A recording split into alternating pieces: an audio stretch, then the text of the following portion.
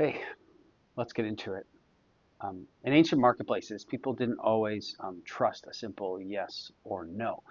They'd have to add weight to their words.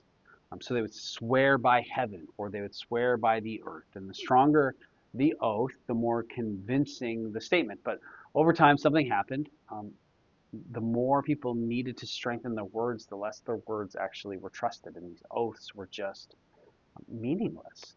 Because the problem wasn't the oath, it was integrity. And that's what James is speaking into here, into that kind of a culture. And so James 5:12.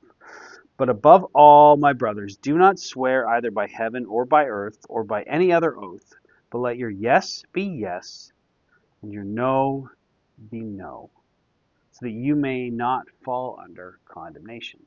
James begins with some urgency. Above all, not because this is the only issue, because this issue reveals something deeper. He's not just talking about formal promises and oaths. He's talking about everyday speech, how we say things, how we commit, how we respond in the moment.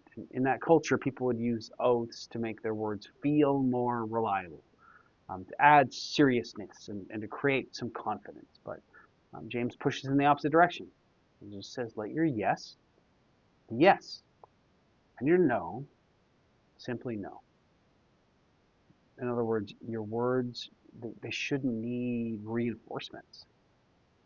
They should carry weight on their own. And it connects directly to everything James has been saying about the tongue throughout his book here. That words aren't neutral, they reveal the heart, they reveal what's going on inside of us. And he's teaching the same thing. Anything beyond a simple yes or no comes from a deeper problem, not a lack of expression, but again, this lack of alignment.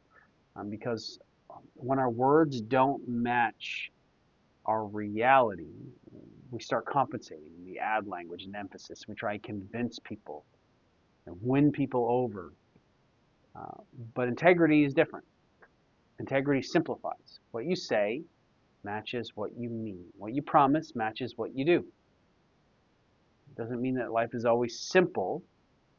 And there's always complexities and situations that require nuances. And yes, things change, but James is pointing to something steady. A life where your words are dependable. They're not exaggerated, they're not inflated, they're careful, and they're consistent. And he adds this line, so that you may not fall under condemnation. It's not a threat, but it's a warning about direction, because where our words drift, then trust erodes. And when trust erodes, well, the relationships also fall off a cliff. Where do you feel in your life right now the need to add weight to your words?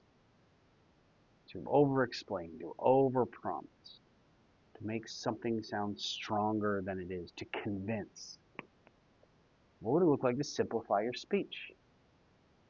To say what you mean and to mean what you say with some steadiness. Do people trust your words?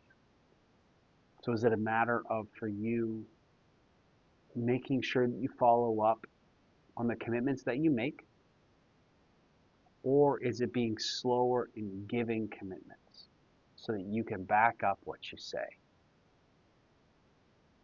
Because over time, consistency in those small words, in those small commitments, in our yeses and in our nos, that consistency can build a life that other people can trust. Wherever you find yourself, God goes with you today.